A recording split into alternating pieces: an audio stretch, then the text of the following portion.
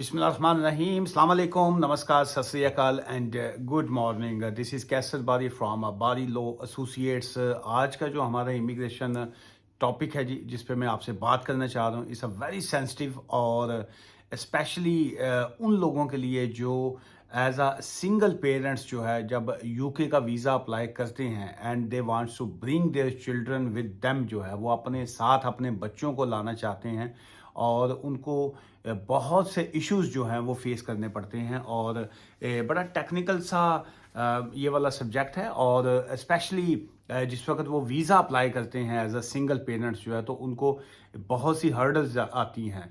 और first of all तो मैं ये कहूँगा कि अगर आप इस तरह का कोई एप्लीकेशन फ़ाइल कर रहे हैं सो प्लीज़ आप ख़ुद से मत किया करें, क्योंकि ये बहुत सी ऐसी एप्लीकेशंस होती हैं जिसमें बहुत सी मुश्किलात लोगों को आती हैं। और ये वाला टॉपिक भी मैंने आज इसीलिए चूज़ किया कि पिछले कुछ तकरीबन आप कह लीजिए 2-3 मंथ्स से जो है इस तरह के बहुत से केसेस आए हैं जो लोग रिफ्यूज़ल्स लेके मेरे पास आए हैं। और उससे पहले बहुत से लोग जो हैं जो parents as a single parents जिस वक्त अपना एप्लीकेशन को फ़ाइल करना चाह रहे होते हैं बच्चों के साथ, वो इसी तरह यूट्यूब के चैनल के ऊपर सवाल छोड़ देते हैं या वहाँ से पूछते हैं कि जी हमें कौन से डॉक्यूमेंट्स लगाएं, हम किस तरह से एप्लीकेशन करें, क्या करें। अच्छा, फिर वो कितना वहाँ पे जवाब दे बंदा, वहाँ पे चूँकि आपके पर्टिकुलर सर्कमस्टांसिस का पता नहीं होता मुझे या किसी भी वकील को, जब आप इस तरह यूट्यूब पे या कोई टिकटॉक या इस तरह के चैनल पे जब आप सवाल छोड़ते हैं और वहाँ से आप जवाब कलेक्ट करके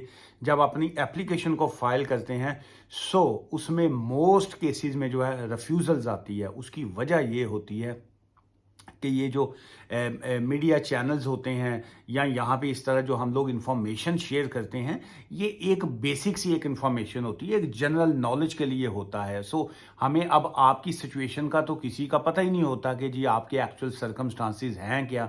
सो उस वजह से आप लोग होम ऑफिस की फ़ीस पे कर देते हैं, एम्बेसीज की फ़ीस आप हैवीली पे कर देते हैं, फिर उसके बाद आप को ट्रैवल वहाँ पे करना। और सबसे बड़ा जो मैं समझता हूँ इस तरह की एप्लीकेशन में होता है, ये सेंसिटिव चूँकि इशू होते हैं और इसमें आप लोगों के इमोशनल जो आपके जज्बात होते हैं वो आप लोगों के इसमें जुड़े होते हैं। और इसलिए इस तरह की एप्लीकेशन जो है वो प्लीज़ आप मैं नहीं कहता मेरे पास आएँ, यहाँ पे और बहुत से वकील हैं, किसी के पास भी जाइए, लेकिन यूके बेस्ड वकील जो हैं जो यूके के अंदर काम कर रहे हैं वहाँ से उनसे आप एप्लीकेशन करवाइए, जो कि पाकिस्तान में या आपके इंडिया में या जहाँ पे लोग बैठे काम कर रहे होते हैं, अगर तो वो यूके बेस्ड क्वालिफाइड वकील वहाँ पे उन्होंने ऑफिसेज खोले हुए हैं so then that's a different case जो है। अदरवाइज जो है वो यूके बेस्ड बंदे से काम करवाने से आपको जो है वो प्राप्त करेंगे, अदरवाइज जो बड़ा मुश्किल हो जाता है। मैं अगर यूके में वकालत कर रहा हूँ जी, मैं पाकिस्तान का भी हाई कोर्ट का वकील हूँ मैं, लेकिन अगर आज मुझे कोई कहे कि जी कि आप ये वाला फलां केस है, ये हाई कोर्ट का आप केस कर लीजिए, ये वो सारा, शायद मेरे लिए अभी मुश्किल हो। उसकी वजह यह है कि मैं वहाँ पे प्रैक्टिसिंग वकील अभी नहीं हूँ, तो मैं अब यहाँ पे प्रैक्टिस करता हूँ, मैं मुझे यहीं का ही नॉलेज होगा। चलिए बैक टू नॉर्मल पॉइंट जो है, सोल रिस्पॉन्सिबिलिटी जो है वो अगर आपके पास है तो आप जो है अपने साथ अपने बच्चों का जो है वो वीज़ा जो है वो एप्लीकेशन फाइल कर सकते हैं, उनको साथ में ला सकते हैं। अब ये जो लीगल टर्म्स आएंगी या ये जो इस तरह की सारे पॉइंट्स आएंगे उसी को मैं इस वीडियो में कोशिश करूंगा कि आपको एक्सप्लेन करने की। अच्छा, एक ये पहला पॉइंट तो ये आ गया कि जी के sole responsibility a single parent moving to the UK, जो है सिंगल पेरेंट की बात हो रही है, सोल रिस्पॉन्सिबिलिटी की बात हो रही है कि आप यूके में जो है आपने अपनी कोई सी भी लेट से एप्लीकेशन फाइल की, आपने स्टूडेंट का वीज़ा आपने अप्लाई किया अपना, या आपने अपना ये जो आजकल स्किल्ड वर्कर वीज़ाज निकले हुए हैं, वर्क वीज़ाज हैं, आपने वो वीज़ा आप एप्लीकेशन फाइल कर रहे हैं, लेकिन अब आप साथ में चाह रहे हैं कि मैं अपने बच्चों को जो है वो भी साथ में ले जाऊं या ले जाऊं। आप मेल हैं, फीमेल हैं, जो भी आप हैं, लेकिन आप अपने बच्चों को जो है अपने साथ यूके में लाना चाहते हैं एज अ डिपेंडेंट, आप वर्क वीज़ा पे या एज अ स्टूडेंट या आपका दूसरा कोई सा भी वीज़ा। अच्छा, अब ये इसमें जो नेक्स्ट एक बड़ा ये लीगल साइड पॉइंट आ जाता है कि you will need to prove that you have a sole responsibility for them, जो है ये जो सोल रिस्पॉन्सिबिलिटी है, यही एक एक जिसको कहेंगे ना कि एक दायरा है, यही एक सिंगल पॉइंट एजेंडा है जिसकी बेस के ऊपर जो है एम्बेसी ने, होम ऑफिस ने आपका केस को डिसाइड करना होता है और आपकी एप्लीकेशन को एक्सेप्ट या रिजेक्ट करना होता है। कौन से पॉइंट पे? Sole responsibility. अब ये जो सोल रिस्पॉन्सिबिलिटी है, यहाँ तक मुझे आई डू होप कि आपको मैं थोड़ा बहुत को एक्सप्लेन करने में कामयाब हुआ हूँगा, लेकिन आगे जाके थोड़ी सी इसकी और तफसील जो है वो आएगी। वो काफ़ी वो वाला टेक्निकल से पॉइंट है, उसको भी आप अंडरस्टैंड कीजिएगा। अच्छा, पहला पॉइंट तो अब इसमें ये आ गया, ऑब्वियसली बच्चे की एज जो है 18 साल से कम होनी चाहिए। सेकंड ये आ गया कि आपके पास जो है अकोमोडेशन का होना जो है वो लाजमी है। थर्ड आपका ये आ जाता है कि आप फाइनेंशियली मेंटेन कर सकते हैं अपनी सिचुएशन को। अच्छा, ऑब्वियसली बच्चा 18 से कम होता है, ये एक नॉर्मल सी सिचुएशन आ गई कि चूंकि आप उनको एज ए डिपेंडेंट लाना चाह रहे हैं। अब सेकंड पॉइंट जो इसमें मोस्ट इंपॉर्टेंट आया था, अकोमोडेशन। क्या आपके पास अकोमोडेशन है? अगर आप एज अ स्टूडेंट आ रहे हैं तो आप अकोमोडेशन कैसे उसको प्रूव करेंगे? ये एक बड़ा सवालिया निशान होता है। आप अगर स्किल्ड वर्कर वीज़ा पे आ रहे हैं तो फिर आप अपनी अकोमोडेशन को कैसे प्रूव करेंगे? मेरे जी मामू का घर थे, मेरे जी चाचे का घर थे, मेरी भूआ का घर है। सो क्या उनका घर आपको अकोमोडेट करने में किस हद तक कामयाब है? आपके पास कौन सा ऐसा लीगल डॉक्यूमेंट्स है जिसकी बेस के ऊपर आप कहेंगे ले जी वो मेरे तो वहाँ पे रियल ब्रदर है, मेरे तो जो मेरा भाई जो है वहाँ पे रहता है, ब्रिटिश पासपोर्ट होल्डर है, या उसके पास वहाँ के डॉक्यूमेंट्स हैं, या उनके पास अकोमोडेशन है, 4 बेडरूम का घर है, मेरे पास मुझे तो एक रूम वो एक्स्ट्रा दे सकते हैं, कोई इश्यूज नहीं है। लेकिन साबित कैसे करेंगे आप? ये एक बड़ा इंपॉर्टेंट पॉइंट आ गया था। फाइनेंशियल स्टेबिलिटी जो है वो आप कैसे प्रूव करेंगे? क्या आपके पास आपकी सेविंग्स है, या आपका जो एग्रीमेंट हुआ है जॉब का वो आपको जो है कॉन्फिडेंस दे रहा है कि जी कि आप फाइनेंशियली तौर पे आप इसको प्रूव कर पाएंगे? ये पॉइंट एक क्लॉज एक आ जाती हैं जो यूके बेस्ड वीज़ा उन्होंने डिसाइड करते वक्त जो है ईसीओ ने फैसला करना होता है। लेकिन अब बैक टू आते हैं जी उसी पॉइंट के ऊपर कि सोल रिस्पॉन्सिबिलिटी जो है क्या आपके पास है और आप उसको साबित कैसे करेंगे, आप उसको प्रूव जो है वो कैसे करेंगे? अब इसमें दो चीज़ें आ जाती हैं। बहुत से लोग जो हैं रिफ्यूज़ल लेटर लेके वो मेरे पास आ जाते हैं कि जी हमने एप्लीकेशन फाइल की, हमें हमारे पास तो देखिए डिवोर्स हो चुकी हुई थी, हम सेपरेट हो गए हुए थे, हम हस्बैंड एंड वाइफ साथ में नहीं रहते थे, सेपरेशन के बाद मैं सेपरेट रहती थी, हस्बैंड कहता है जी मैंने डिवोर्स की हुई थी, फिर उसके बाद हमारे पास ये डिवोर्स सर्टिफिकेट है, फिर भी हमारा वीज़ा एप्लीकेशन क्यों उन्होंने रिफ्यूज़ की? वो इसलिए रिफ्यूज़ उन्होंने की कि आपको ये अंडरस्टैंड करना पड़ेगा कि आपके पास सोल रिस्पॉन्सिबिलिटी है या आपके पास बच्चे की सोल कस्टडी है। ये दो पॉइंट्स हैं जो आज की इस वीडियो में बड़े इंपॉर्टेंट हैं, इस सेंस में जब आप एज अ सोल रिस्पॉन्सिबिलिटी के साथ अपना वीज़ा लगवाते हुए या अपनी एप्लीकेशन के बाद अपने बच्चों को अपने साथ यूके में लाना चाहते हैं, तो ये आपको अंडरस्टैंड करना पड़ेगा। सोल कस्टडी में और आपको सोल रिस्पॉन्सिबिलिटी में दो सेपरेट चीज़ें हैं, अंडरस्टैंड करना पड़ेगा। सोल कस्टडी वो होती है, सोल मीन कल्याण अकेला, और कस्टडी मीन कि आपको बच्चे की कस्टडी मिली हुई है, आपको उसका कंट्रोल मिला हुआ है। आपने डिवोर्स ली, आपने सेपरेशन ली, आप फैमिली कोर्ट में चले गए, आपने फैमिली कोर्ट में जाके डिवोर्स का डिसोल्यूशन ऑफ मैरिज का जो है डिवोर्स का केस फाइल कर दिया। आपको कोर्ट ने जो है वो बच्चा आपका कम उम्र बच्चा था, मोस्ट केसेस में जो है बच्चे की कस्टडी माँ को ही मिलती है, खासकर ये एशियन कंट्रीज में। अगर बच्चे की माँ को सोल कस्टडी मिल गई तो क्या आपके पास कोर्ट के डॉक्यूमेंट्स हैं? आपके पास सारा लेटर भी आ गया, आपने केस फाइल किया था, कोर्ट कस्टडी का ऑर्डर भी है, क्या फिर भी वो आपकी एप्लीकेशन एक्सेप्ट होगी? एक बहुत रेयर चांसेस हैं कि आपके वो एप्लीकेशन फिर भी एक्सेप्ट हो, क्योंकि आपके पास सोल कस्टडी है, आपके पास सोल रिस्पॉन्सिबिलिटी जो है वो नहीं है। अब सोल रिस्पॉन्सिबिलिटी जो है वो कैसे आएगी? अब क्योंकि उसमें जब आपको सोल कस्टडी मिलती है तो आपको लीगल कस्टडी एक तरह की मिली गई है। लीगल कस्टडी मीन कि आपने केस फाइल किया, कोर्ट में केस गया कि ले जी मेरा बंदा जड़ा ना जी होते गाली कटता है, बदतमीजी करता है, मारता है, पीटता है, मैं उसके साथ नहीं रहना चाहती, खर्चा नहीं देता, फलां हो गया, ये हो गया, मैं तो को तलाक लेनी है, मैंने अब उससे डिवोर्स ले रही हूँ।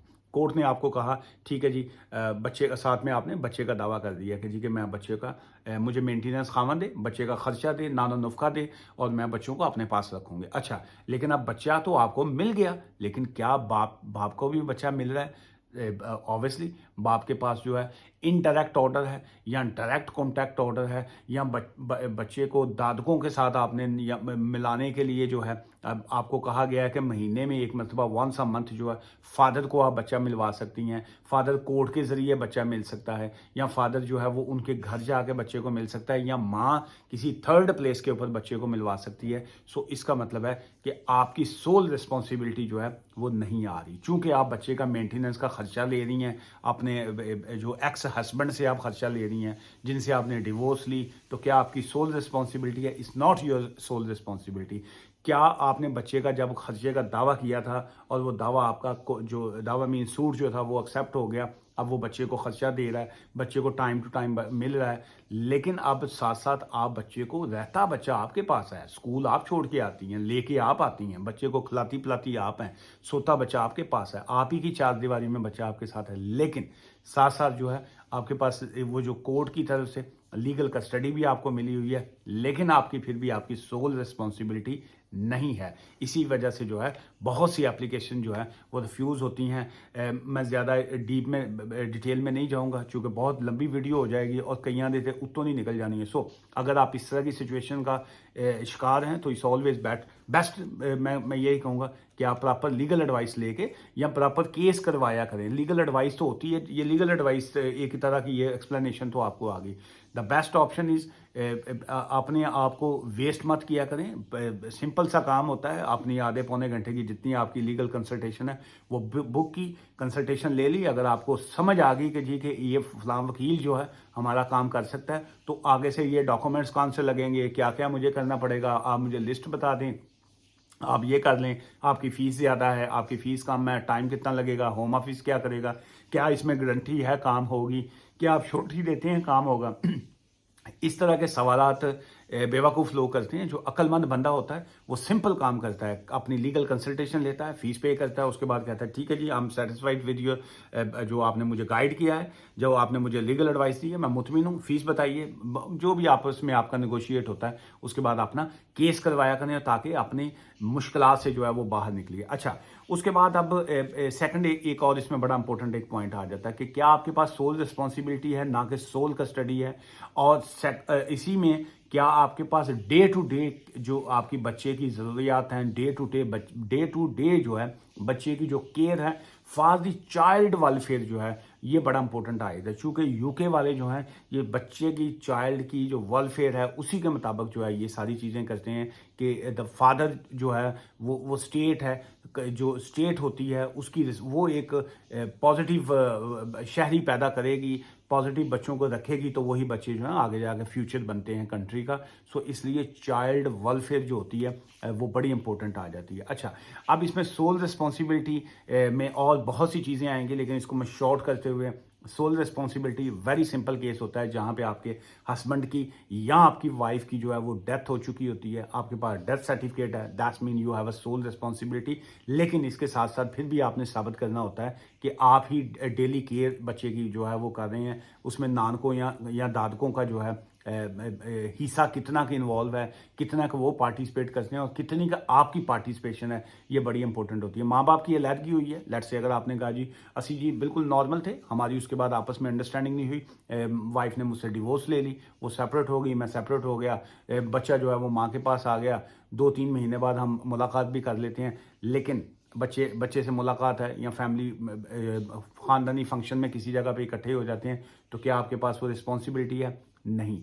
वहाँ यहाँ पे सोल रिस्पॉन्सिबिलिटी का मतलब यहाँ पे ये आएगा कि खामद आपका शराब पीता था, खामद आपका अब्यूज़ करता था, खामद आपके साथ आपका डोमेस्टिक इश्यूज़ की वजह से आपने उनसे तलाक ले ली और उसके बाद आप बिल्कुल उनसे डिस्कनेक्ट हैं, किसी भी तरह का जो है वो आपका राब्ता नहीं है, और कोर्ट ने आपको कस्टडी इस सेंस में दी है कि अगर बच्चा ऐसे बाप के पास रहेगा तो बच्चा तबाह हो जाएगा, या माँ का करैक्टर ठीक नहीं है, माँ जो है वो करैक्टरलेस औरत है और वो उसकी वजह से जो है वो बच्चे की लुक आफ्टर ख़राब होगी, फ्यूचर उसका ठीक नहीं है, और बच्चे की कस्टडी हम बाप को देते हैं, बाप उसकी बेटर लुक आफ्टर कर सकता है। यहाँ पे आ जाती है सोल रिस्पॉन्सिबिलिटी। सो इस तरह हर केस की एक अपनी अपनी सोल रिस्पॉन्सिबिलिटी आती है जिसको अंडरस्टैंड जो है करना बहुत इंपॉर्टेंट होता है।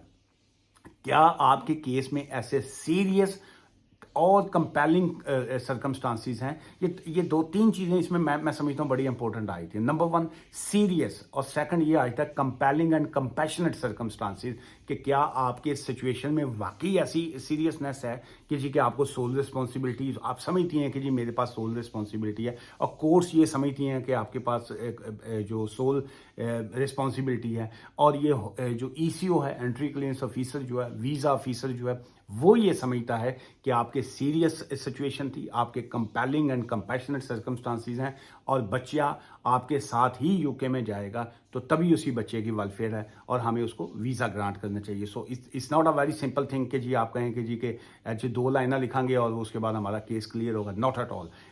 This type of cases are very serious, और इसमें जो है the lawyers they need to pay extra attention, उसको अंडरस्टैंड करना पड़ेगा फीलिंग्स के साथ, आपके इमोशंस के साथ, आपके जज्बात के साथ, आपके प्राइवेट और फैमिली लाइफ के साथ, आपके बच्चे के साथ कितने का कनेक्शन जुड़े हुए हैं, ये सारी चीज़ों को देखना पड़ेगा। आज की इस वीडियो से मुझे इजाज़त दीजिएगा। दुआ में याद रखिएगा। Take care, thank you, bye for now.